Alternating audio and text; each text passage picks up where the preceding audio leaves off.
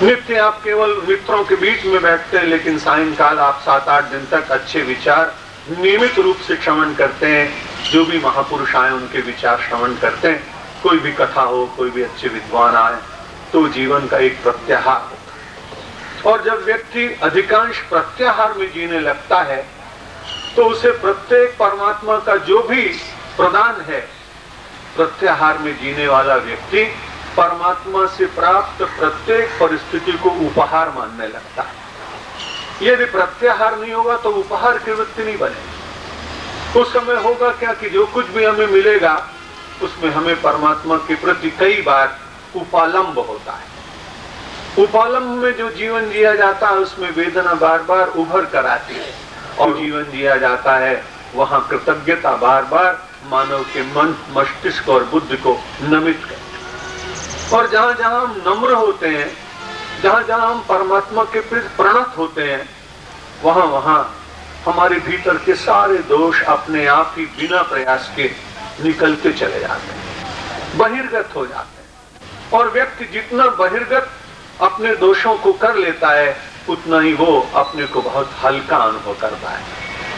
हम सब लोग पुष्पों को बहुत स्नेह करते हैं, लेकिन फूल कभी कभी विचार करते होंगे कि सब लोग मेरा इतना आदर क्यों करते हैं। एक दिन उसने अपनी एक शाखा से पूछा कि तुम लोग तो हरदम यहाँ रहते हो, लेकिन हमको लोग तोड़ कर ले जाते हैं। शाखा ने कहा तुम बड़े भाग्यशाली हो, क्योंकि तुम निरंतर झुकते रहते हो। तुम दिन भर झुकते हो और झुकने के कारण तुम्हारा अपना सब कुछ बहिर्गत हो जाता है, इसलिए तुम इतने कोमल, इतने मधुर, इतने सौंदर्य से परिपूर्ण और इतने हल्के कि तुम्हें सब लोग ले जाते हैं और उन क्षणों में प्रसन्नता का अनुभव करते हैं। लेकिन मैं अपनी डाल ने कहा मैं तो अपने भीतर भरे भरे निरंतर खड़ी ही रहती हूँ। तुम्हारे साथ जितना झुक गई, लेकिन मैं अपने आप तो झुकने जानती है। हमारी संस्कृति वो प्रणत भाव को निरंतर विस्तार प्रदान करती है, जिससे मानव की अहंकृति नित्य नित्य उसके भीतर से बहिर्गत होती चली जाए। इसलिए प्रार्थना सामान्य बात नहीं। यदि आप किसी वस्तु का मूल्य मानते हैं तो असामान्य हो जाती है। बहुत ऐसी वस्तुएं जिनकी मुझे नहीं जानकारी। जैसे अभी हम कहीं गए तो किसी ने हमें एक पिकासो का चित्र दिखाया न्यूयॉर्क में 3-4 साल पहले। अब चूंकि मैं कला का विद्यार्थी, पेंटिंग का मेरा उतना ज्ञान नहीं, वो लोग कहते बाजार में अगर इसको बेचा जाए तो कम से कम $10,000 आए। मैंने कहा भाई 2-4-10 रेखाएं हैं, समझ में नहीं आती। यदि तुम समझा रहे हो कि ये चित्र है तो ही समझ में आता है।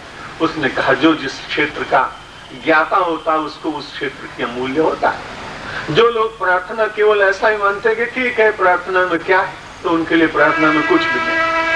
लेकिन जो ये मानते हैं कि प्रार्थना तो पूरे जीवन के ताले को खोलने की एक कुंजी है, तो उनके लिए प्रार्थना उनकी समस्याओं के समाधान का एक बहुत बड़ा प्रकार, एक बहुत बड़ा मार्ग बन जाता है। सारे पूर्व ऋषियों ने बार बार हमें और आपको कहा अहरह संध्याम उपासित, प्रतिदिन व्यक्ति को संध्या करनी चाहिए। अब संध्या करने में तो बहुत विधि चाहिए, आसन चाहिए, कुशासन चाहिए, पंचपात्र चाहिए, जल चाहिए, और सबसे बड़ी बात है शिखा चाहिए। और शिखा तो अब होती नहीं। कोई भी धर्माचार्य हम सब लोगों को हिंदू धर्म से बहिष्कृत करता भी नहीं, बड़ी अच्छी बात। नहीं तो हम सब लोगों ने 50 वर्ष पहले ही सबसे बड़ा बोझा माना कि अपने सर पर चोटी ने। द्विजाति मात्र में भी देखे तो बहुत कम लोगों के पास सूत्र भी रह गया। इतना उदार धर्म दुनिया में कोई नहीं, फतवा देने वाले हमारे यहाँ कोई है नहीं तो सारे हिंदू ही साथ चले जाते। ये फतवा दे देते 2-4 आचार्य मिलकर कि जिनके शिखा सूत्र नहीं वो कल से हिंदू नहीं, तो हम लोगों की संख्या और कम हो जाती है। ये बड़ी अच्छी बात हुई कि हम सब लोग आंतरिक दर्शन पर विचार करते हैं अधिक, और आचार में थोड़ा बहुत परिवर्तन समय के अनुसार स्वीकार करते चले जाते हैं। बहुत उसकी टीका भी नहीं होती, उस पर कोई बहुत विचार विमर्श नहीं होता। तो संध्या यदि करें तो उसमें कहीं आचार धर्म का अधिक पालन करना पड़ता है, और प्रार्थना में आचार धर्म का पालन नहीं।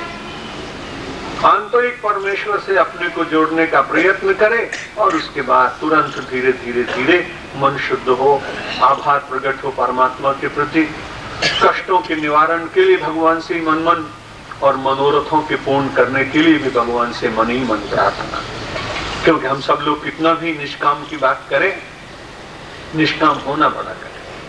प्रयत्न तो करते रहना चाहिए, लेकिन मनुष्य के ऊपर जब विपत्ति आती है तो उसकी आकांक्षा होती है, उसको पूर्ण करने के लिए उसके पास आधार भी क्या है। जगत के लोग तो उसको पूर्ण कर नहीं सकते, केवल जगदीश्वर ही पूर्ण कर सकता है। इसलिए हम सब सामान्य लोगों के लिए चाहे सकाम भाव से भगवान का स्मरण करो, चाहे निष्काम भाव से भगवान का स्मरण करो, ये प्रार्थना आपके सकाम और निष्काम इन दोनों ही प्रकार के मार्गों को साध्य तक पहुंचाने में बड़ी सहायक है। भगवान करे सबका मंगल हो। 10 मिनट रोज रह जाएंगे तो 10 मिनट में आपको रोज कुछ न कुछ कह दूंगा, लेकिन ऐसा ही मानकर चलें कि नहीं भी कहा जा सकता है और कहा भी जा सकता है। इसलिए आप प्रार्थना में जरूर आइए। ऐसा लगेगा कि स्वामी जी नहीं बोल रहे इसलिए प्रार्थना में क्या करना है, ऐसा नहीं। मैं आपके साथ बैठकर मैं भी तो प्रार्थना करता हूँ। इसलिए प्रार्थना हम सब लोगों की अपनी प्राचीन काल की पद्धति और वेद मंत्र का आदेश संगच्छध्वम संवदध्वम संभो मनांसि जानता देवा भागम यथा पूर्वे संजानाना उपासते। इसलिए यह संगठन और संस्कार इन सब के लिए बहुत आवश्यक है। भगवान सबका मंगल करें। बोलो सच्चिदानंद। मूर्धन्य संतों में से एक पूज्य नृसिंह पीठाधीश्वर महंत जी महाराज पधारे। वे ज्ञानवान हैं, अनुभववृद्ध हैं, साधना में उनकी बड़ी गति है और ऐसे श्रद्धेय पूज्य महापुरुष के आगमन पर पूर्व सूचना न होने के कारण उनके अनुरूप हम सब लोग आसन की व्यवस्था नहीं कर पाए। मेरी बड़ी इच्छा थी कि मैं यहीं उनको इस रथ पर विराजमान करता, पर मुझे इस रथ की मर्यादा मालूम है कि इसके ऊपर कितने लोग बैठ सकते हैं। मुझे भी ये कहा गया कि आप बहुत जोर से मत बोलिएगा, इसलिए मैं जब बोलता हूं तो अपने शरीर के लाघव का प्रयत्न भी करता रहता हूं। इसलिए जो ये एक शिष्टाचार जिसका पूरी तरह से पालन होना चाहिए, समन्वय परिवार के कार्यकर्ता सूचना के अभाव में नहीं कर पाए। और हमारे यहां एक ऐसा नियम है कि जब सेवकों से अपराध हो जाए तो स्वामी को उस अपराध का दंड मिलना चाहिए। क्योंकि समन्वय परिवार का संयोजक लोग मुझको मानते हैं संस्थापक, इसलिए यदि कोई अविनय हुई हो तो पूज्य महाराज जी मुझे क्षमा करेंगे। अब मैं उनसे अनुमति चाहूंगा कि मैं अपना प्रवचन प्रारंभ करूं। ओम विश्वानिदेव सवितर दुरिता निपरासुव यद भद्रम तन्नयासुव। ओम शांति शांति शांति। कल्याणानां निधानं कलिमल मथनं पावनं पावनानां पाथेयं यन्मुमुक्षो सपद परपद प्राप्ते प्रस्थितस्य विश्रामस्थानमेकं कविवर वचसां जीवनं सज्जनानां बीजं धर्मद्रुमस्य प्रभवतु भवतां भूतये रामनाम। यस्यांखेत विभाति भूधरसुता देवापगामस्तगे भाले बाले विधुर्गले च गरलं यस्योरसव्यालराट् सोऽयं भूति विभूषण सुरवर सर्वाधिप सर्वदा सर्वः सर्वगतः शिवः शशिनिभः श्रीशंकर पातु माम्। मूकं करोति वाचालं पंगुं लंघयते गिरिं यत्कृपातमहं वन्दे परमानन्दमाधवम्। वसुदेवसुतं देवं कंसचाणूरमर्दनं देवकी परमानन्दं कृष्णं वन्दे जगद्गुरुम्। नमो ब्रह्मण्य देवाय गो ब्राह्मणहिताय च जगद्हिताय कृष्णाय गोविन्दाय नमो नमः। नारायणं नमस्कृत्य नरं चैव नरोत्तमं देवीं सरस्वतीं व्यासं ततो जयमुदीरये। परम वंदनीय ज्ञान वृद्ध, अनुभव वृद्ध, वयोवृद्ध नृसिंह पीठाधीश्वर जी महाराज, वाग्देवी की वर प्राप्ता प्रज्ञा भारती जी, मानस के सरस प्रवक्ता श्री रवि शास्त्री जी, समन्वय परिवार के अध्यक्ष महोदय, इस सारे आयोजन में सहयोग करने वाले समस्त निष्काम सेवी सज्जनों, नगर और नगर से दूर स्थानों से आए हुए सम्माननीय श्रोता बंधुओं और सम्माननीय मातृशक्ति, प्रज्ञा भारती जी के सरस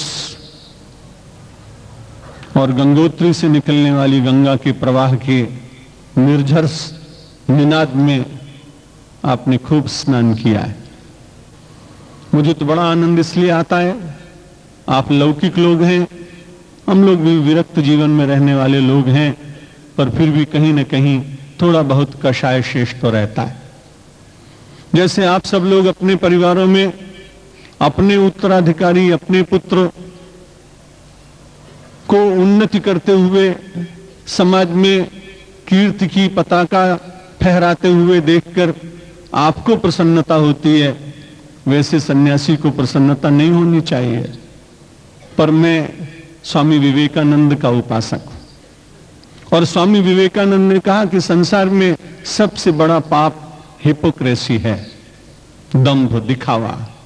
मैं आपको कहूं कि मेरे भीतर कुछ घटित नहीं होता, हो सकता है कि आप मुझे स्थित प्रज्ञ मान लें, लेकिन मेरा मन मुझे कहेगा कि जो तुम नहीं हो वो तुम्हें नहीं प्रकट करना चाहिए। और मुझे ऐसा लगता है कि यदि व्यक्ति इस प्रकार का जीवन जिए तो उसे किसी प्रकार के कंटकों के बोध का अनुभव नहीं होता। तो प्रज्ञा भारती जब बोलती हैं तो मुझे बहुत प्रसन्नता होती है। इसलिए होती है कि हमारे शास्त्रों में एक वाक्य आया, सर्वस्मात् जयम इच्छेत शिष्यात इच्छेत पराजयम। सबसे तो व्यक्ति को विजयी होने की इच्छा होनी चाहिए, पर जब कभी गुरु ज्ञान में, प्रतिभा में अपने शिष्य से पराजित हो तब उसके गुरुत्व की सार्थकता समाज के भीतर दिखाई पड़ती। और जहां जहां भी वो स्वदेश और विदेश में जाती हैं, बड़े संयम पूर्वक जीवन उनका, अंतर्मुखी, मुझे बड़ा आनंद होता है। लंदन में उन्होंने कुछ नहीं देखा, हमारे भक्तों ने कहा चलो देख के आओ, उन्होंने कहा कुछ देखने लायक यहां दिखता नहीं।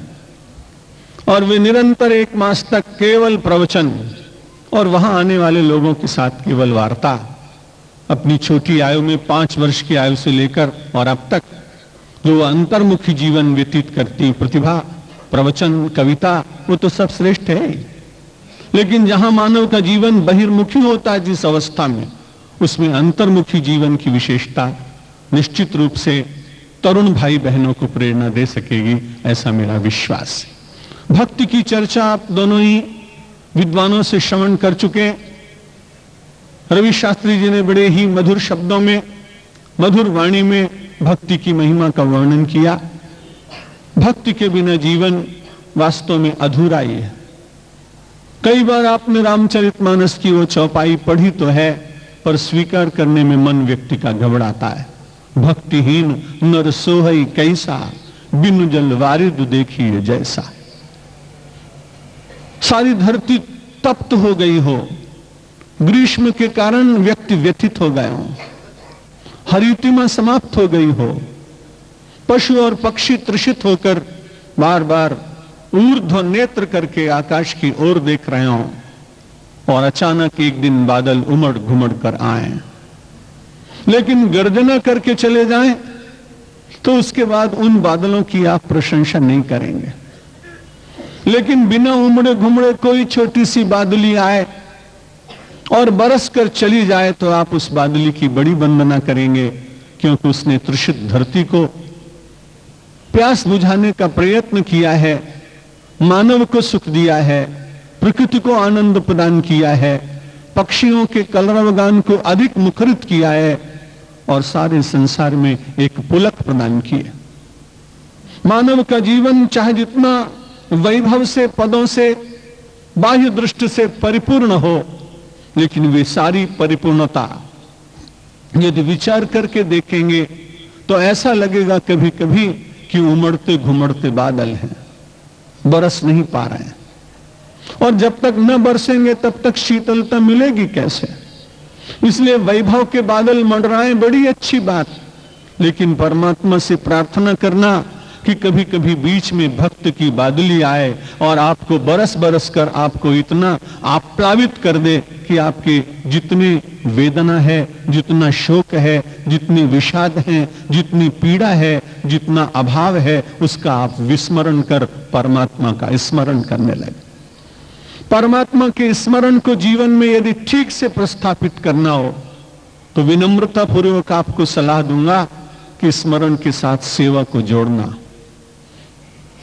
विकलांगों की सेवा, दरिद्र की सेवा, उपेक्षित की सेवा, अपंग की सेवा, अंध की सेवा, कुष्ठी की सेवा उपकार की दृष्टि से नहीं, बल्कि मैंने जो परमात्मा का स्मरण किया है वो स्मरण मेरे साथ जुड़ जाए और ऐसा जुड़ जाए कि कभी मुझसे विलग न हो।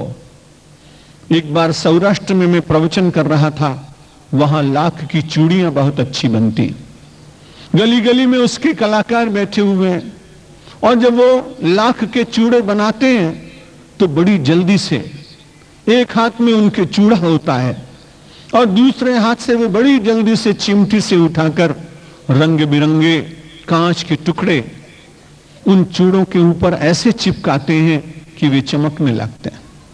बात तो बड़ी साधारण थी, पर निरंतर घूमते घूमते आध्यात्मिक दृष्टि से सोचने की आदत पड़ी, इसलिए मुझे ऐसा लगा कि कैसे अच्छा है व्यक्ति व्यवसाय तो कर रहा है पर कितना सावधान है, किस समय में कौन सी वस्तु कहां लगानी चाहिए, बड़ी कुशलता पूर्वक अपने कर्म को संपन्न कर रहा है।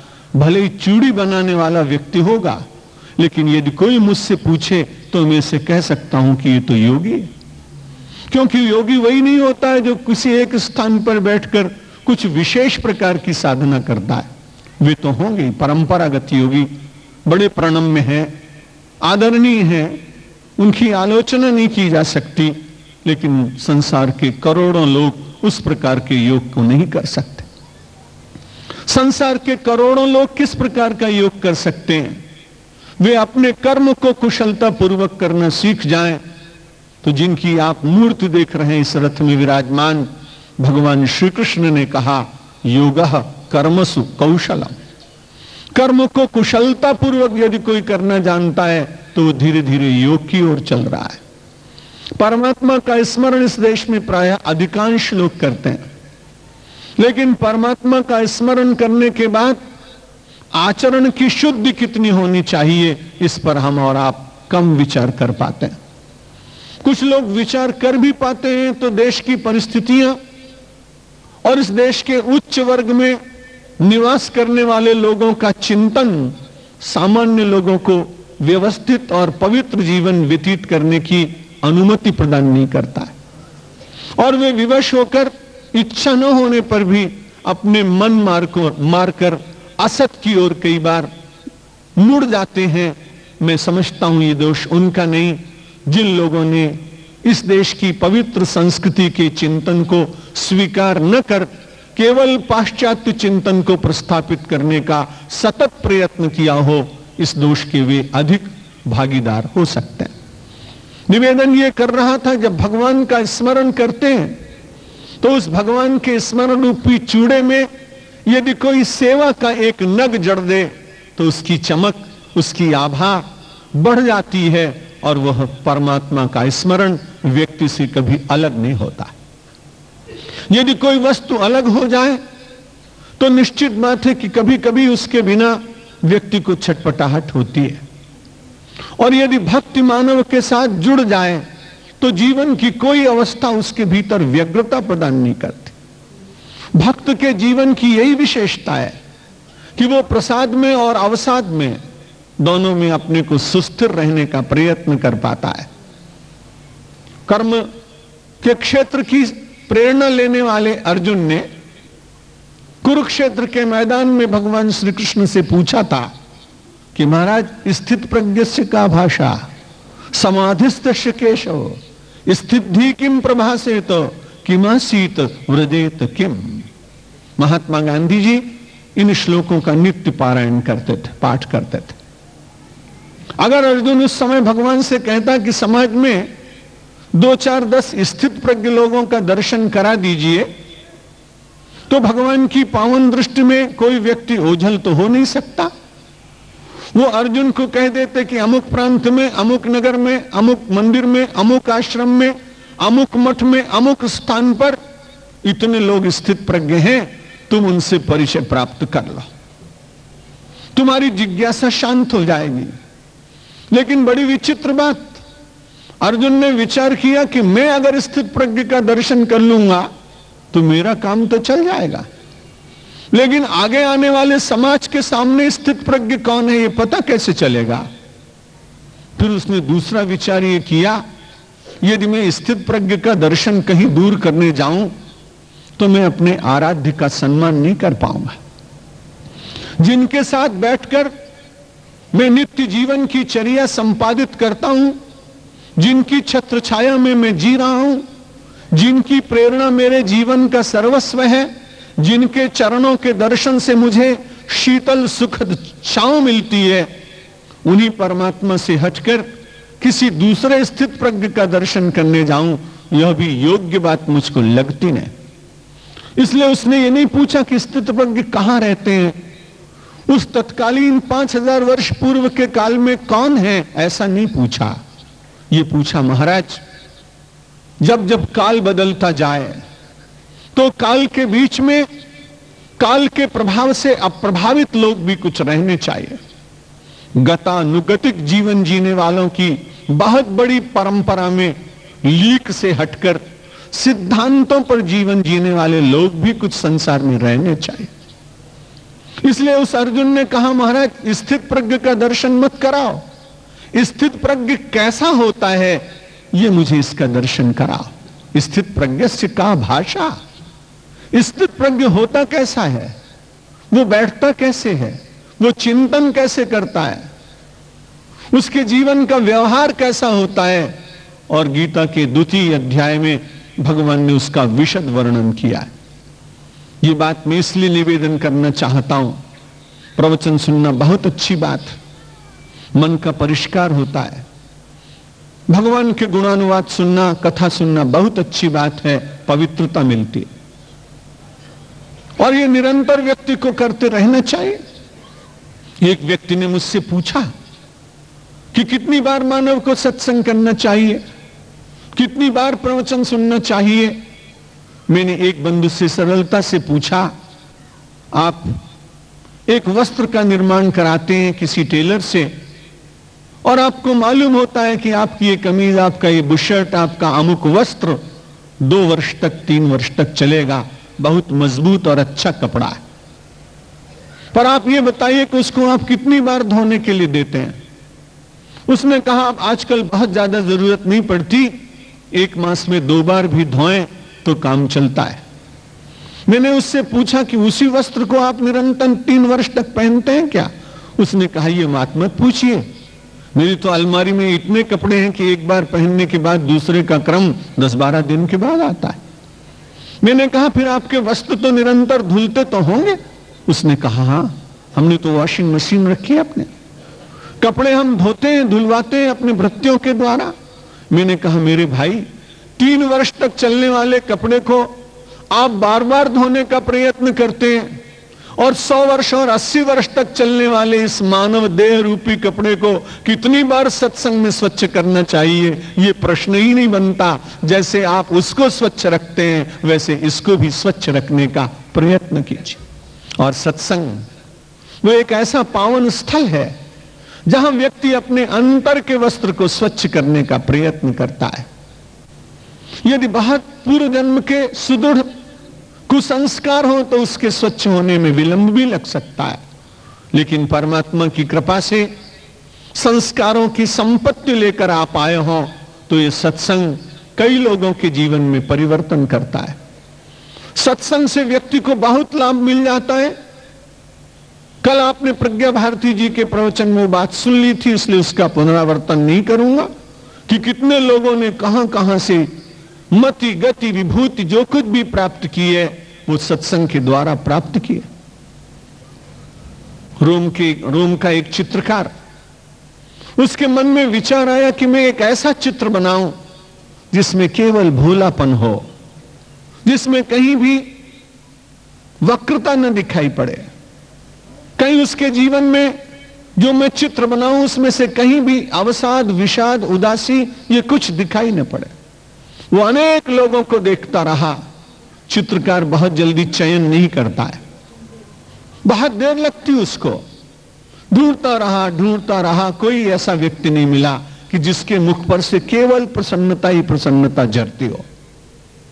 लेकिन एक दिन उसने एक छोटे से बालक को हंसते हुए, मुस्कुराते हुए, किलकारी भरते हुए देखा और उस बालक को रोका। थोड़ी देर बैठो, मैं तुम्हारा एक चित्र बनाना चाहता हूं। चित्र उसने बनाया। बहुत चित्र बनाए थे, पर किसी भी चित्र में इतनी प्रसन्नता प्रकट नहीं हुई थी जितने आज के चित्र में हुई थी।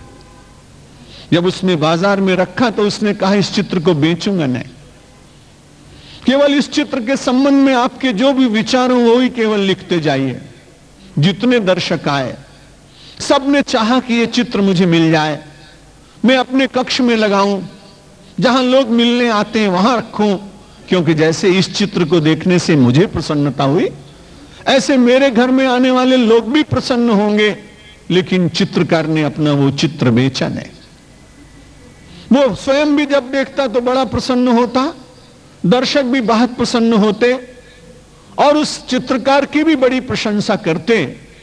चित्रकार की पहली इच्छा थी कोई ऐसा चित्र बनाऊं जो निरंतर प्रसन्नता ही प्रदान करे। थोड़े दिनों के बाद उसने सोचा, अब एक ऐसा चित्र बनाऊं जिसको देखते ही लोगों को दुष्टता का दर्शन हो। लेकिन दुष्ट व्यक्ति को ढूंढने कहां जाए? और आप किसी व्यक्ति को जानते भी हो कि इसका आचरण बहुत अच्छा नहीं है, तो भी हमारा और आपका साहस नहीं कि हम किसी व्यक्ति को उसके मुख पर कह सकें कि तुम बड़े दुष्ट हो। कहना भी नहीं चाहिए। इसलिए वो चित्रकार निरंतर घूमता रहा। घूमते घूमते उसने सोचा, समाज में तो कोई मिल नहीं रहा, सबसे अधिक दुष्ट व्यक्ति का मैं चित्र बनाऊं, ऐसा कोई व्यक्ति मुझे मिल नहीं रहा है। इसलिए वह अनुमति लेकर और एक जेल में चला गया। जब कारागार में पहुंचा तो उसने कहा, अब यहां जो सबसे दुष्ट व्यक्ति दिखाई पड़ता होगा, मेरी तूलिका जिसको स्वीकार करेगी मैं उसका चित्र बनाऊंगा। धीरे धीरे जाकर के उसने और सब लोगों को देखा और देखने के बाद एक बहुत ही विद्रूप, भयंकर, क्रूर व्यक्ति का चित्र उसने बनाने का मन में विचार किया। उसने कहा, भाई तुम बैठो, मैं तुम्हारा चित्र बनाऊंगा। वो व्यक्ति उसको पहचान गया। चित्रकार इसको नहीं पहचान पाया, जिसका चित्र बनाया जा रहा है वो उसको पहचान गया। उसने कहा, आपने मेरा एक चित्र पहले भी तो बनाया था। मैंने तुम्हारा चित्र कब बनाया? आपको याद नहीं? आप आए थे एक बार, मैं खेलता था, मेरी छोटी 4 वर्ष की आयु थी, आपने मुझे रोका और आपने चित्र बनाया और मैंने उस चित्र को स्वयं भी देखा, लोगों की भीड़ देखी। चित्रकार ने कहा, अरे तुम वही हो जिसके चित्र ने लोगों को इतना प्रभावित किया, वो तुम इतने क्रूर, और तुम्हारा चित्र अब मैं दुष्टों की तरह से प्रथम पंक्ति में रहने वाले व्यक्ति की भांति बनाने जा रहा हूं, ये कैसा हो गया? उसने कहा, उस समय मैं दुस्संग में नहीं पड़ा था, इसलिए बड़ा भोला था। मैं दुस्संग में पड़ा तो वही भोला व्यक्ति आज क्रूर बन गया है। इसलिए महर्षि देवर्षि नारद ने कहा, दुस्संगः सर्वथैव त्याज्यः। बड़ा छोटा सा सूत्र दिया, सत्संग कर सके बड़ी अच्छी बात, पावनता मिलेगी, चित्त शुद्ध होगा, आंतरिक आनंद के स्रोत खुलेंगे। लेकिन यदि सत्संग का अभाव हो जाए तो बहुत सावधान रहिएगा, दुस्संग से जरूर बचने की चेष्टा करिएगा। दुस्संग मानव के भीतर जितना परिवर्तन शीघ्रता से करता है, सत्संग उतना नहीं कर पाता। स्वामी विवेकानंद ने तो कहा था, लेकिन हम सब लोग वैसा कर नहीं पाते। दुस्संग बहुत जल्दी प्रभाव डालता है, सत्संग शुभ होने के कारण धीरे धीरे प्रभाव डालता है। स्वामी विवेकानंद ने तो बात कही थी कि जो शुभ है उसको आक्रामक होना चाहिए। शुभ व्यक्तियों को भी, शुभ विचारों को भी, शुभ सत्संग को भी, शुभ संस्थानों को भी, गुड शुड बी एग्रेसिव। लेकिन ऐसा हो नहीं पाता। शुभ बहुत धीरे धीरे चलता है, अशुभ बहुत आक्रामक बनकर और अपना प्रभाव संक्रामक रोग की भांति समाज के ऊपर छोड़ने का यत्न करता है। यदि आप भगवान का स्मरण करने लगे तो निश्चित रूप से आप परमात्मा के साथ एकाकार हो जाएंगे। स्वयं परमेश्वर भी आपसे मिलने के लिए छटपटाएगा। जितनी पीड़ा भक्त के मन में प्रभु मिलन की होती है, उतनी ही पीड़ा, उतना ही दर्द, उतनी ही आकांक्षा, उतनी ही अपेक्षा, उतनी ही व्यग्रता उस पवित्र व्यक्ति से मिलन की परमात्मा के मन में भी जागती है। कृष्णे रता कृष्ण मनुस्मरंती रात्रौ च कृष्णम पुनरुत्थिताय। जो लोग भगवान का स्मरण करते हैं और उसके बाद भगवान कृष्ण का स्मरण करते करते और ते भिन्न रूपा स्वयमेव कृष्णो, और फिर होते होते होता क्या है अंत में, वो भगवान के साथ एकाकार हो जाते हैं। उदाहरण बड़ा अच्छा दिया शास्त्रकारों ने, हविर हुतम यथा हविर मंत्र हुतम हुताशय। जैसे आपने यज्ञ किया और यज्ञ करने के बाद आप देखते हैं सामग्री बहुत है, कुंड में डालते जाते हैं, कुंड में पड़ती हुई सामग्री अंत में बहुत थोड़ी सी भस्म के रूप में रह जाती है। कुछ लोग उसे अपने घरों में पूजा के बाद अपने मस्तक पर लगाने के लिए ले जाते हैं, कुछ लोग उस भस्म को किसी पावन सरोवर में विसर्जित कर देते हैं। शास्त्रकारों ने कहा यदि व्यक्ति ने भक्ति के द्वारा भगवान का स्मरण किया, कृष्णे रता कृष्ण अनुस्मरन्ति रात्रौ च कृष्णम पुनरुत्थिताय। कृष्ण भगवान का या अपने अपने इष्ट देव का स्मरण करते करते धीरे धीरे आपको स्मरण करना नहीं पड़ेगा, वो स्मरण आपके साथ जुड़ जाएगा। और यदि थोड़ा सा कहीं विलंब होने लगे तो जैसे छोटा सा बच्चा अपनी मां से अलग होने के बाद एकदम से निद्रा में से जग के तुरंत मां शब्द का उच्चारण करता है, बड़ी उसको छटपटाहट होती है, मेरी जननी कहां चली गई, मैं तो मां के साथ सोया था। लेकिन जब आंख खोल के देखता है, आंखें मलता है तो देखता है मां नहीं, तो सबसे पहले उसके मुंह से मां शब्द निकलता है। भगवान का धीरे धीरे स्मरण करते करते कृष्णे रताः कृष्ण अनुस्मरन्ति रात्रौ च कृष्णम पुनरुत्थिताय। फिर वो रात्र में भी भगवान का स्मरण होता है, दिन में भी स्मरण होता है, कर्म बंद नहीं होते, लेकिन कर्म के साथ कृष्ण का स्मरण अपने आप बीच बीच में होता रहता है। ते भिन्न देहा, वो भगवान से अभिन्न हो जाने के कारण उन्हीं में अनुप्रविष्ट हो जाते हैं, वैसे जैसे कोई मंत्रों के द्वारा दी गई आहुति अग्नि के साथ एकाकार हो जाती। वो सारी वस्तुएं भगवान के साथ समर्पित हो जाती हैं, मिल जाती हैं, और मानो फिर समय अपने कर्म को करता हुआ उद्विग्न नहीं होता है। भक्त यदि जीवन में उद्विग्नता और व्यग्रता और क्षण क्षण में रुष्ट और तुष्ट होता है तो उसे प्रयत्न करना चाहिए, अंतर अवलोकन करना चाहिए, इंट्रोस्पेक्शन करना चाहिए कि मेरी भक्ति में अभी भी कहीं कचास। और यदि वो स्वयं देखने का यत्न करेगा तो सबसे बड़ा अपना अन्वेषण करने वाला व्यक्ति स्वयं हो सकता है। आप किसी परिवार में हो, बड़ी अच्छी बात है, किसी के अंतरंग संबंधी है, बहुत अच्छी बात है, लेकिन आप दूसरे व्यक्ति को पूरा का पूरा नहीं जान सकते। कोई व्यक्ति किसी का जीवन चरित्र लिखे तो बायोग्राफी तो लिख सकता है, लेकिन जितना कोई व्यक्ति अपने जीवन की बात स्वयं जब लिखता है तो जब लोग चरित्र किसी का पढ़ते हैं तब उतना प्रभावित नहीं होता। लेकिन जब कोई अपनी ऑटोबायोग्राफी खुद लिखता है, आत्मचरित्र स्वयं लिखता है, तब उसको जो लोग पढ़ते हैं वो अधिक प्रभावित में होते हैं, उससे प्रेरणा भी मिलती है। निवेदन में यह करना चाहता कि दूसरे लोग आपको कुछ कहेंगे, वो आपको पूरा नहीं पढ़ सकेंगे चाहे जितना प्रयत्न हो। लेकिन यदि आप अपने को स्वयं पढ़ेंगे तो आप जितना अच्छी तरह से अपने को पढ़ सकते हैं उतना कोई दूसरा व्यक्ति नहीं पढ़ सकता। भक्ति तो जरूर करिए। निवेदन ये करना चाहूंगा कि 2-4-10 मिनट बैठकर अपने को पढ़िए, रामायण अवश्य पढ़िए, गीता नित्य पढ़िए, जैसा जैसा आपका विश्वास हो, लेकिन उसके साथ में अपने को भी पढ़ने का प्रयत्न करिए। अपने को पढ़ने का आध्यात्मिक भाषा में यदि निवेदन करूं तो एक शब्द है, उसे कहते हैं ध्यान। जब आप मेडिटेशन करेंगे तो पहले भगवान को देखेंगे और भगवान को देखते देखते भगवान ये कहेगा, तुम तो मुझे देख रहे हो लेकिन अपने को भी देखो। और जब आपने अपने को देखना प्रारंभ किया, जो आंतरिक दृष्टि से देखा जाता है वो ध्यान है, और मंदिर में जाकर जो क्रिया निष्पत्ति होती है वो पूजा है। ध्यान और पूजा में अंतर है। पूजा में व्यक्ति को उतना एकाग्र नहीं होना पड़ता है। मंत्र मुख से चल रहे हैं, हाथ से आचमनी से जल चढ़ा रहे हैं, पुष्प समर्पित करते जा रहे हैं, श्रृंगार भगवान का हो रहा है, कपूर की आरती प्रकट की गई, हमारे हाथ नित्य का अभ्यास होने के कारण उसी तरह से उस मुद्रा में घूमने लगे।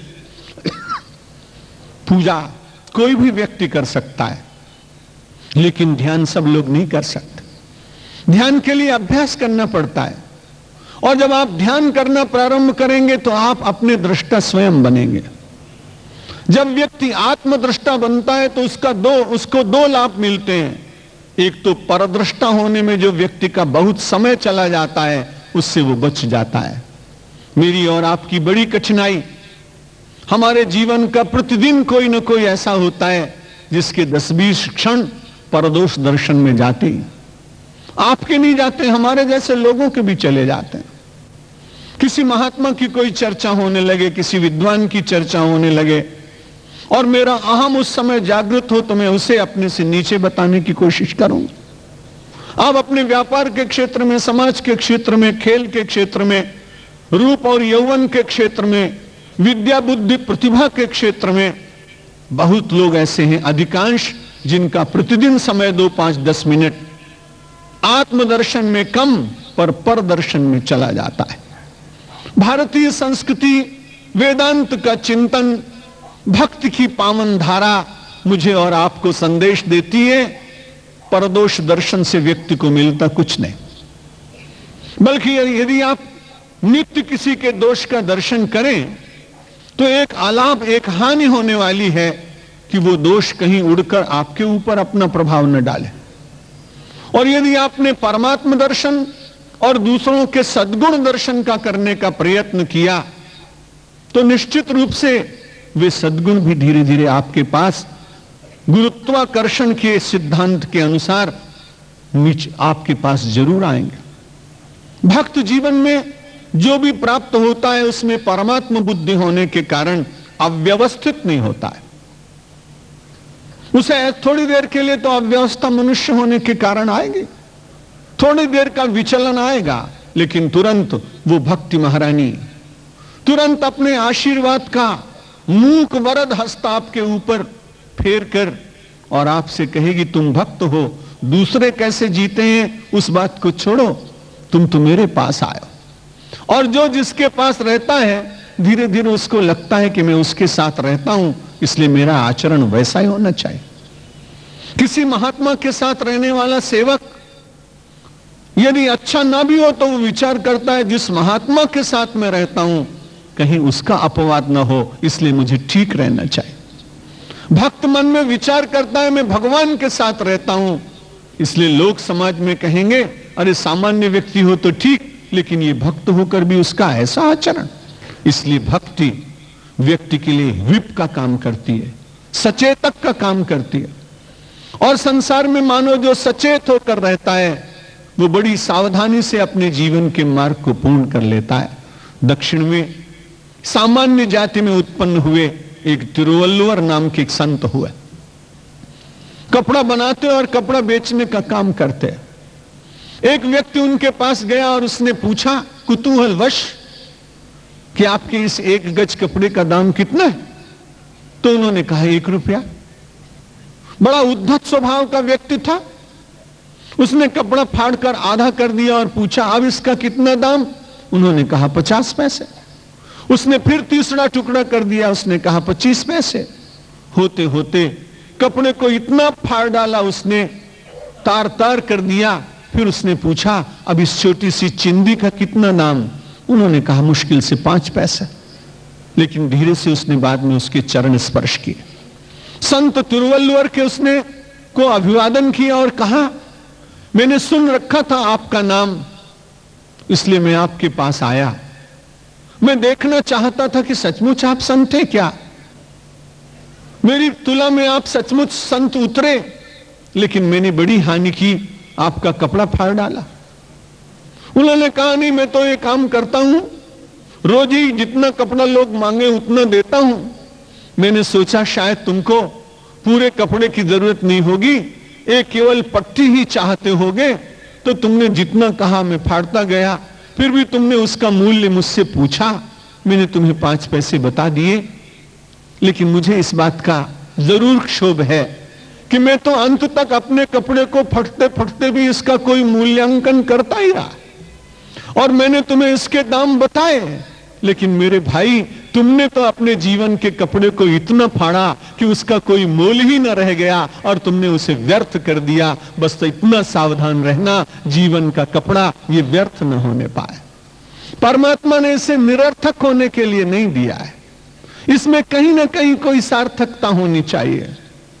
माता की सेवा, पिता की सेवा, धर्म की सेवा, राष्ट्र की सेवा, कुछ न हो तो अपने अंतर की व्यक्तिगत सद्गुणों के द्वारा आत्म सेवा, इसको स्वीकार करते हुए यदि व्यक्ति जीवन में चलने का प्रयत्न करेगा तो उसे बहुत बड़ी क्षमता और बहुत बड़ी सिद्धियां प्राप्त होती। जितने महापुरुष हुए उन सब लोगों ने एकदम से तो कभी किसी ने शिखर का स्पर्श किया ही नहीं। सभी लोगों को अपने जीवन के मार्ग के सारे अवरोधों को पार करते हुए, कष्टों को सहन करते हुए, स्वामी विवेकानंद की किसी बहन ने कल, जो लोग योग में और संस्कार में आगे आए, उन्होंने कोई एक बहन मुझे विवेकानंद की डायरी दे गए। मेरा कुछ स्वभाव है सुबह से शाम तक कुछ न कुछ पुस्तकें जो अच्छी आ जाएं थोड़ा बहुत उसमें देखता हूं। बहुत बार स्वामी विवेकानंद को पढ़ा है, मेरे प्रेरक संत ही सन्यासी जीवन के, और सन्यासी बनना तो बड़ा कठिन काम है, प्रज्ञा भारती ने कहा ना अभी। और सबसे बड़ा कठिन काम इसलिए भी है, बुरा मत मानिएगा, आप में से किसी आदमी को सवेरे और किसी बार्बर की दुकान पर ले जाकर और आपका सिर मूड़ दिया जाए और फिर आपको घुमाया जाए तो वो समाचार बन जाएगा, और लोग सोचेंगे कि ऐसे आदमी का सिर मूड़कर और उसे मोहल्ले में क्यों घुमाया गया, निश्चित रूप से आचरण में कहीं दुष्ट रहा होगा। सिर मुड़ा करके और कोई अचानक घुमा दिया जाए तो उसको लोग बहुत ही बुरी दृष्टि से देखते हैं। लेकिन हम सन्यासियों को हर तीसरे दिन सिर मुड़ाकर और बैंड बाजे बजा कर और शोभा यात्रा निकालकर गुलाब की मालाएं पहनाई जाती हैं। इसका मतलब नहीं कि आप सब लोग हमारी पंक्ति में आ जाएं, पता नहीं सब लोग आपका इतना आदर कर पाए न कर पाए, लेकिन सचमुच समाज से एकदम एक ही तरह का कपड़ा पूरे जीवन पहनना है, एक ही तरह की जीवन की व्यवस्था रखनी है। इसलिए सब प्रज्ञा भारती की बड़ाई करती हैं बहनें, मीराबाई की बहुत बड़ाई करते हैं, अरे मीरा जैसी भक्त। मैंने कहा आपकी कितनी पुत्रियां हैं? एक भाई से पूछा, उन्होंने कहा पुत्रियां 2-3 हैं। मैंने कहा तो ऐसा करिए ना कि आप जब इतनी बड़ाई करती हैं तो एक पुत्री को आप भी सन्यासिनी बना दीजिए। बोले महाराज आज कहा तो कहा, पर दूसरी बार ऐसी बात मत करना। दूसरे का बेटा सन्यासी बन जाए तो आप उसकी जय जयकार करने को तैयार और उससे कहते हैं बड़ा अच्छा काम आप कर रहे हैं, लेकिन अपने बेटे को समाज के लिए समर्पित करने के लिए आप क्यों तैयार नहीं होते? जिनकी 2-4 पुत्र हों, मैं तो आग्रह करूंगा ये सन्यास परंपरा जीवित नहीं रहेगी। परिस्थितियों वश सन्यास लेने वाले लोग बहुत होंगे, अपने दुष्ट प्रवृत्तियों को पूर्ण करने के लिए सन्यास की आड़ लेने वाले लोग भी मिल जाएंगे, लेकिन उद्देश्य पूर्वक राष्ट्र के लिए चरणों में अपने जीवन को समर्पित करने वाली तरुणाई चाहिए इस देश को। और जैसे जैसे वो तरुणाई अपने को समर्पित करने का प्रयत्न करेगी, वे पुरुष भी हों, वो बहनें भी हों, आदर्श चरित्र रखकर और इस देश की श्रृंगार करने के लिए फूलों का श्रृंगार नहीं, जीवन के बलिदान का श्रृंगार, महत्वाकांक्षाओं के पुष्पों को राष्ट्र माता के चरणों पर चढ़ा देने की एक उद्दाम आकांक्षा जब इस देश के तरुण और तरुणियों में जागेगी, तब इस देश का भविष्य फिर से उज्जवल दिखाई पड़ेगा। भक्ति केवल परमात्मा की इतनी नहीं है जितनी हम समझते हैं। भक्ति में बड़ा समर्पण है, स्वार्थ का समर्पण करिए, समय का समर्पण करिए, मन में विचार करिए कि एक सप्ताह में 1 घंटे का समय निकालकर उन झुग्गी झोपड़ियों में जाकर सत्संग कराएंगे, हनुमान चालीसा का पाठ कराएंगे, और फिर धीरे से उन भाई बहनों को कहेंगे कि तुम शराब मत पियो, तुम गंदगी में मत रहो, तुम स्वास्थ्य के नियमों का पालन करो, और अपने बड़े घर के अच्छे अच्छे लोग, जैसा हमारे स्वाध्याय के प्रवर्तक पूज्य आठवले शास्त्री जी ने किया है, कितनी उनकी भक्ति झोली लेकर लोग निकलते हैं। यह समाज के लिए बहुत आदर्श बात होगी। शास्त्रों का श्रवण करना यह बहुत अच्छी बात, लेकिन उसके साथ उन शास्त्रों को कुछ अपने जीवन के साथ जोड़ना, यह उससे भी श्रेष्ठ बात। और भारतीय संस्कृति ने तो बहुत बड़े आश्वासन लिए। कई लोग कहते हैं हम तो बड़े अशुद्ध जीवन जीने वाले लोग, हमसे कैसे ये काम होगा, लेकिन यहां तो पुण्यात्माओं का भी स्वागत है, और यदि किसी ने पापपूर्ण जीवन व्यतीत किया हो तो भी उसको भी स्वागत करने की बात गीता ने कही। अपि चेदसि पापेभ्यः पापात्मा पापकृततमः। चाहे आदमी पापी हो, पापात्मा हो, पापकृत हो, पापकृतर हो और पापकृततम हो, तो उन्होंने कहा सर्वम ज्ञान प्लवेनैव वृजिनम संतरिष्यसि। भगवान श्री कृष्ण जैसे आश्वासन देने वाले कोई दूसरे क्या मिलेंगे? पुण्यात्माओं को तो उन्होंने अपने पास बुलाया ही, पर उन्होंने कहा अपि चेदसि पापेभ्यः, पापियों में भी आप पापी हैं, पापियों में भी आप सर्वश्रेष्ठ पापी हैं, चिंता मत करिए, इस भक्ति और ज्ञान के मार्ग की ओर धीरे धीरे बढ़िए, और इस ज्ञान के प्लव पर, विवेक की नौका पर सारे संसार के लोगों को पार कर देने की क्षमता और शक्ति श्रीमद् भगवत गीता ने विश्व को दी। दुनिया के अन्य धर्मों ने रोटी कपड़े मकान की बात कही, एक धर्म तलवार की जोर पर फैला, उसके साथ मेरा कोई वैर विरोध नहीं, लेकिन उसका चिंतन बहुत व्यापक नहीं, इसलिए लगता है व्यापकता दी गई होती तो संसार में शांति अधिक बढ़ती। लेकिन उस धर्म के लोग तो कहते हैं कि मरने के बाद हमको कुछ मिलना चाहिए। एक बड़े परिचित मेरे भाई हैं, मैंने पूछा तुम्हारे धर्म में अंततोगत्व क्या मांगते हैं?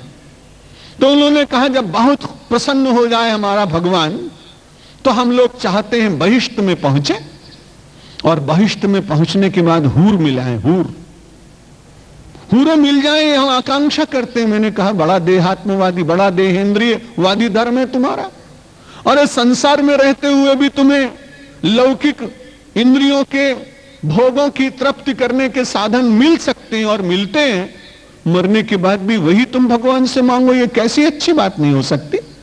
लेकिन हमारे देश का व्यक्ति, हमारी संस्कृति का व्यक्ति कहता है महाराज संसार के पदार्थों में रहते रहते ऐसी शक्ति दे दीजिए कि आपके काम के लिए वाणी गुणानुकथने श्रवणौ कथायाम हस्तौ च कर्मसु मनस्तव पादयोर्न स्मृत्याम शिरस्तव निवास जगत प्रणामे श्रद्धा सताम दर्शनेस्तु भवत्तनूनाम।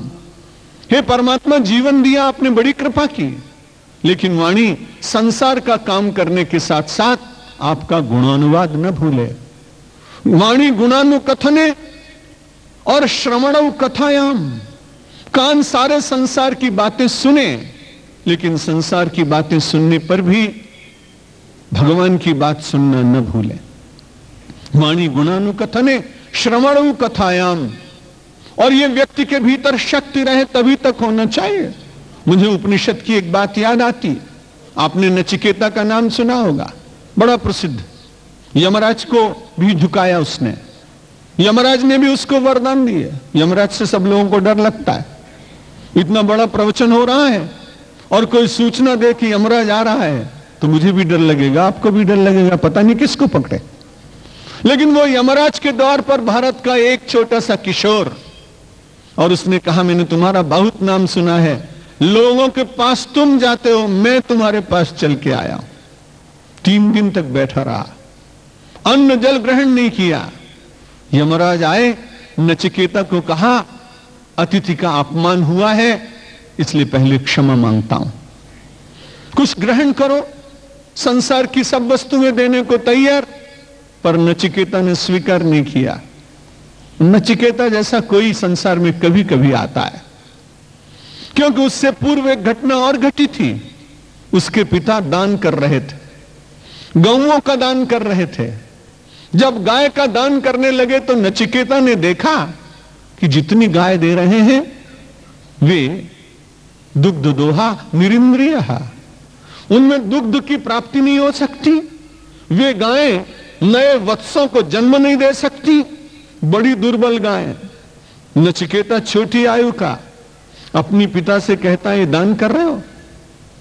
जो गाय दूध नहीं दे सकती, जो वत्स नहीं दे सकती, जो चलने में लगभग असमर्थ दिखाई पड़ रही है, ऐसी गायों का आप दान कर रहे हैं ऋषि होकर। उन्होंने कहा, यह सब आप किसके लिए कर रहे हैं? और यदि आप सब कुछ दान कर ही रहे हैं तो आपने सर्वस्व दान की घोषणा करने के बाद जो ये दंभ करना प्रारंभ किया पिताजी, ये ठीक नहीं। और यदि आप दे रहे हैं, हो सकता है कि आपके मन में हो कि बेटे के लिए कुछ अच्छा रखें, तो मैं आपसे पूछता हूं, सर्वस्व दान करते समय तो बेटे को भी दान करना पड़ेगा ना। पिता ने बहुत क्रोध में आकर कहा कि तुम मृत्युवे दास्यामि, गुस्सा में कहा कि मैं तुझे यमराज को देता हूं। बड़ा प्रसन्न हुआ नचिकेता। लोगों के पास यमराज आता है, नचिकेता यमराज के पास गया। बहुत व्याख्या नहीं करूंगा, लेकिन विचार करने की बात है कि हम और आप सब लोग लगभग कभी कभी नचिकेता के पिता की भांति आचरण करते हैं। देते तो हैं हम, और हम सत्कर्म भी करते हैं, लेकिन दुग्ध दोहा निरिंद्रिया ऐसा हो जाता है। कानों को हम भगवान की ओर तब लगाना चाहते हैं जब हियरिंग एड का उपयोग करने का समय आ जाए। आप सब बहुत अच्छे हैं कि अपने स्वस्थ कानों के द्वारा भगवत कथा का गुणानुवाद करते हैं। गो का अर्थ होता है इंद्रिय और गो का अर्थ होता है गाय। जो लोग अपनी इंद्रियों को शिथिल हो जाने के बाद भगवान की ओर जाने का प्रयत्न करते हैं, उनको यमराज पकड़ेगा। और जो लोग स्वस्थ इंद्रियों के रहते हुए भगवान की भक्ति करते हैं, उन्हें यमराज आ भी जाए तो उन्हें कोई डर नहीं लगेगा। संसार में अभी आपने सुना, डर वहां होता है जहां दूसरे की कल्पना होती है। द्वितीयाद्वै भयम भवति। भक्ति करते करते आपको कोई न राक्षस दिखाई पड़ेगा, न कोई यमराज दिखाई पड़ेगा। जो कुछ भी आपको दिखाई पड़ेगा तो एक दिखाई पड़ेगा, सिया राम मैं सब जग जानी कि करहूं प्रणाम जोर जुग पानी।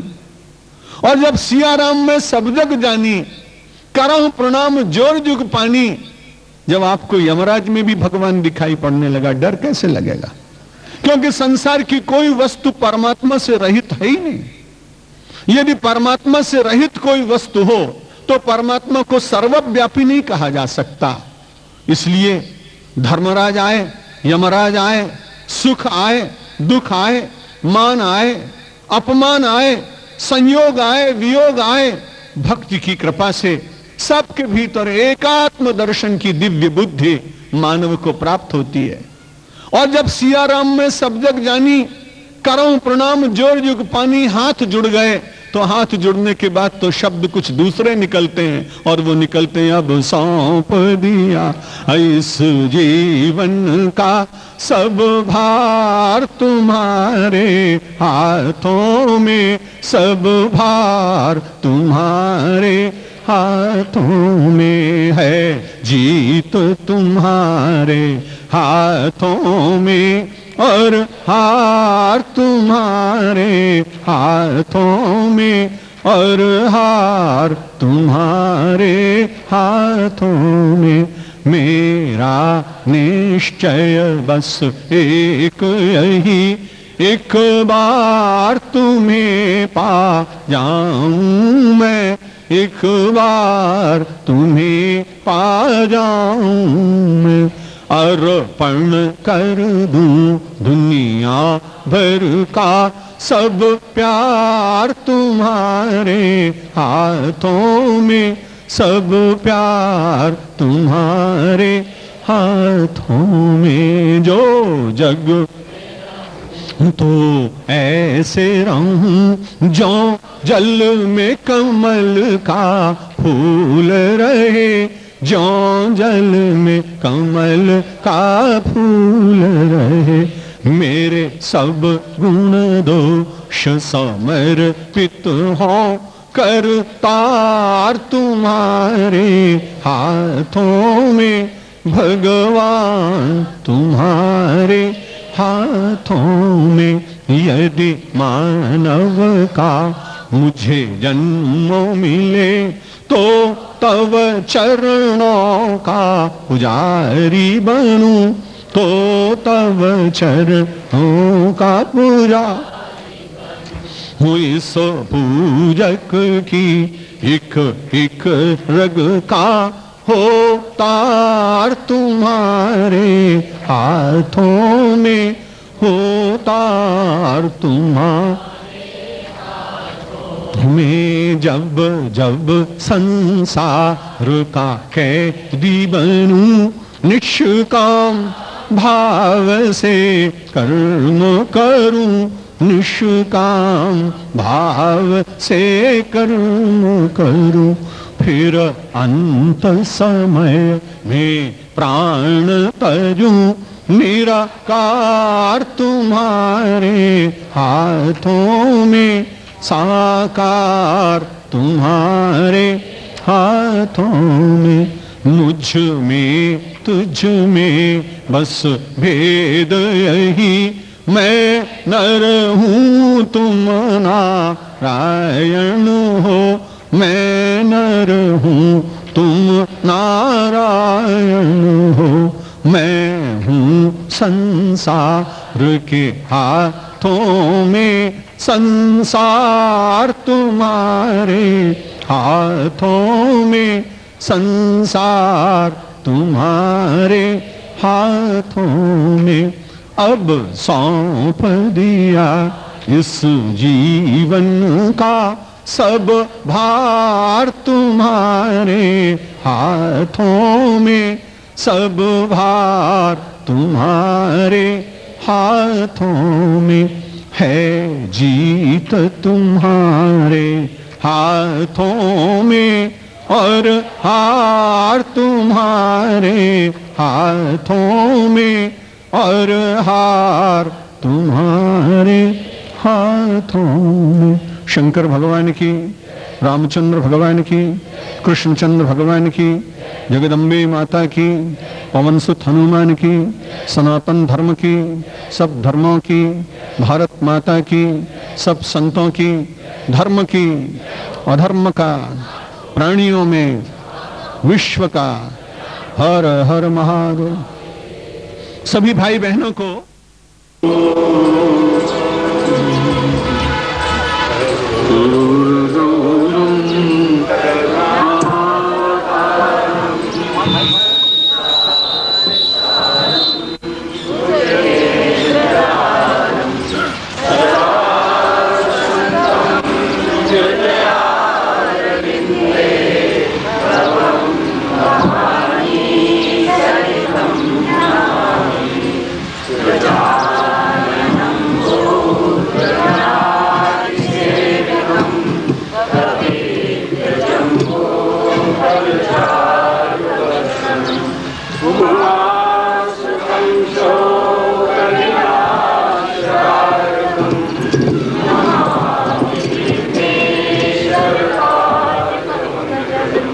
सब लोगों ने बड़े प्रेम से की, बड़ी तपश्चर्या पूर्वक आपको प्रार्थना करनी पड़ रही है। ये बहुत आनंद की बात है। बहुत शीघ्र लोग उठते हैं, क्योंकि आजकल नागरिक सभ्यता में प्रातःकाल का जागरण लगभग कम होता जा रहा है, और जगाने का काम संसार में प्रकृति करती है, पक्षी करते हैं। और एक बेचारा बड़ा सीधा साधा पक्षी, जो प्रकृति ने उसको बहुत अच्छा रूप दिया और उसके सिर पे कलगी लगाई, वो मुर्गा हम सब लोगों को बहुत पहले जगाया करता था। लेकिन समाज की ये बड़ी विचित्र बात है कि जो उसे जागृत करने का अधिक प्रयत्न करे, उसका वध लोग बाद में जरूर करते हैं। आप देखें, जितने महापुरुष हुए उन सब में से चाहे वो सुकरात रहा, उसको फांसी पे चढ़ा दिया गया, ईसा मसीह को फांसी पे चढ़ा दिया गया, स्वामी श्रद्धानंद जी को गोली मार दी गई, महात्मा गांधी का वध हुआ। नीच के काल में भी कैसे ऐसे श्रेष्ठ महापुरुष हुए जिन्होंने समाज को जागृत करने का अधिक प्रयत्न किया। परिणाम स्वरूप कुछ लोगों को उनकी वो जागृति की बात अच्छी न लगी और उन्होंने उनको संसार